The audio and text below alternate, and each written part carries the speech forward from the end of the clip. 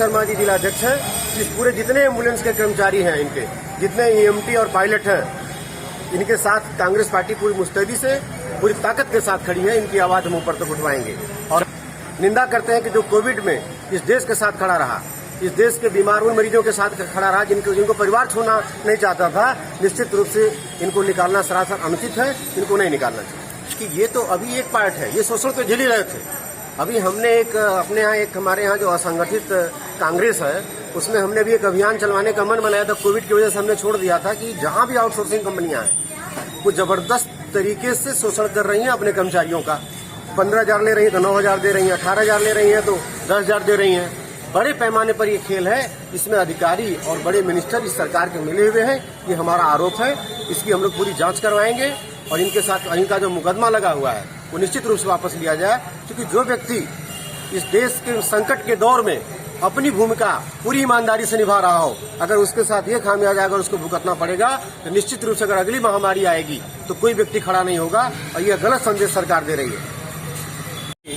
कल अपने जिला कांग्रेस की बैठक में था तो मैं एम्बुलेंस में भी जा रहा था तो कामगंज की तरफ रात में देखा, जिसमें बाहर था तो मैं समझ नहीं पाया था क्यों एम्बुलेंस खड़ी थी। मुझे कल समाचार पत्र के माध्यम से मालूम हुआ कि एम्बुलेंस के जो कर्मचारी हैं, ईएमटी और पायलट, ये सब हड़ताल पर है। उसके पीछे कारण सिर्फ ये है कि जो आउटसोर्सिंग का जो खेल पूरे देश में चल रहा है इस सरकार में, उससे पीड़ित ये लोग हैं।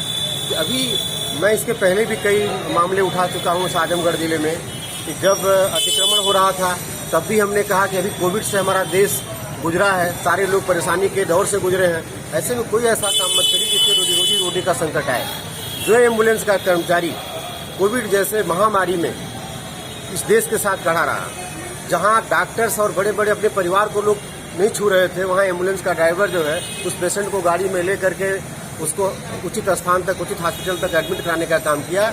मैं समझता हूं कि अगर किसी एजेंसी ने GVR, ZHL की जो वेंटिलेटर युक्त 2 एम्बुलेंस है हमारे जिले में, उनके ड्राइवरों को निकाल दिया गया, 8 कर्मचारियों को निकाल दिया गया। इनका यूनियन पूरे प्रदेश में निकाले गए और उसके समर्थन में जब इन लोगों ने आंदोलन शुरू किया तो जो पहले से जो टेंडर जो कंपनी जो साउथ की है GVR, GVK और EMRT, उसने क्या किया कि सारे कर्मचारियों का टर्मिनेशन शुरू कर दिया।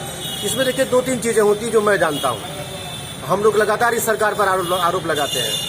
ये सारी जो आउटसोर्सिंग कंपनियां हैं, ये हमारे देश के नौजवानों का, बेरोजगारों का शोषण करती हैं। सबसे पहले क्या करती हैं ये सबसे पहले 50,000 से लेकर के 1 लाख रुपए तक, 1.5 लाख रुपए तक ये लेकर के एम्प्लाई रखती हैं। अब कुछ दिनों बाद फिर ये किसी न किसी तरीके से कोई न कोई बहाना खोज करके निकाल देती हैं, ताकि इनको फिर 1 लाख रुपए, 50,000 रुपए, 1.5 लाख रुपए, जो उनका अपना रेट फिक्स हो वो उनको मिल सके। मैं दावे के साथ कहता हूँ, जो योगी आदित्यनाथ जी और गोरखपीठ के पीठाधीश ये कहते हैं कि मैं संत, मुझे पैसे की आवश्यकता है। मैं बार बार कहता हूं कि आपके अंदर लूट मची है, जिसको संरक्षण आप दे रहे हैं, क्योंकि प्रमुख सचिव और स्वास्थ्य मंत्री से नीचे का खेल नहीं है। आपका स्वास्थ्य मंत्री, आपका प्रमुख सचिव इस तरह की कंपनियों को टेंडर देता है, इसमें मोटी रकम लेता है।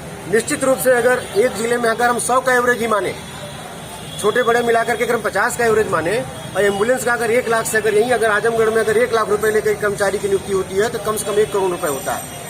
ये जो वसूली का खेल है, यह कांग्रेस पार्टी बर्दाश्त नहीं करेगी। राजीव शर्मा जी जिलाध्यक्ष हैं।